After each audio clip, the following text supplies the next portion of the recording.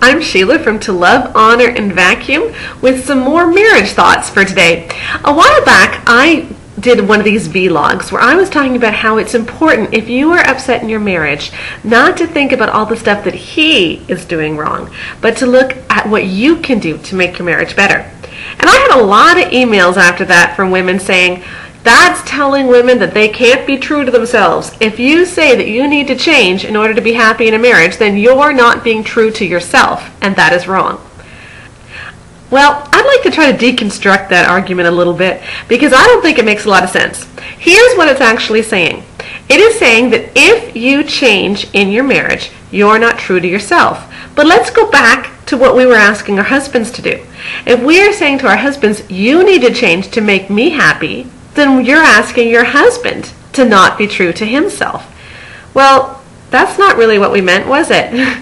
In fact, none of us are perfect. Your husband isn't perfect, and you aren't perfect. To change the way you behave is not violating some great sense of personhood where you are no longer true to yourself. It's instead acknowledging that each of us has places that we can improve on. So that's vitally important. And here's the second thing. Don't you think that all of us can grow? Are we the way that we're supposed to be forever and ever and nothing is ever going to change? Of course not. All of us can grow. We can grow in the way that we love each other. We can grow in the way that we forgive each other. We can learn more about ourselves. I'll tell you that I have learned more about myself being married than I ever could have being single because I see my own faults as I interact with my husband. I see my own faults as I interact with my kids. And I know that I need to work on these things. There is nothing wrong with working on yourself. There is nothing wrong with changing. And when we're talking about changing, I'm not talking about changing everything about you. I'm talking about changing destructive behavior patterns.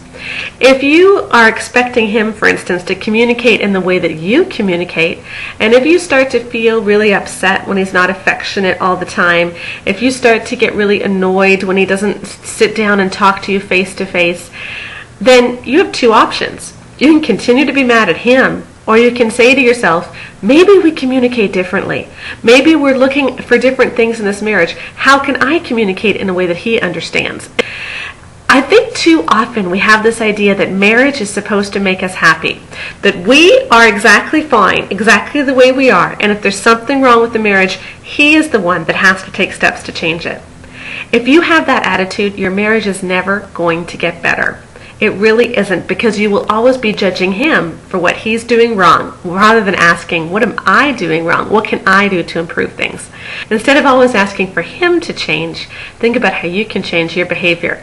That is being true to yourself. It's being true to your marriage, and it's being true to God, who is asking us all the time to be more and more transformed to look like Jesus.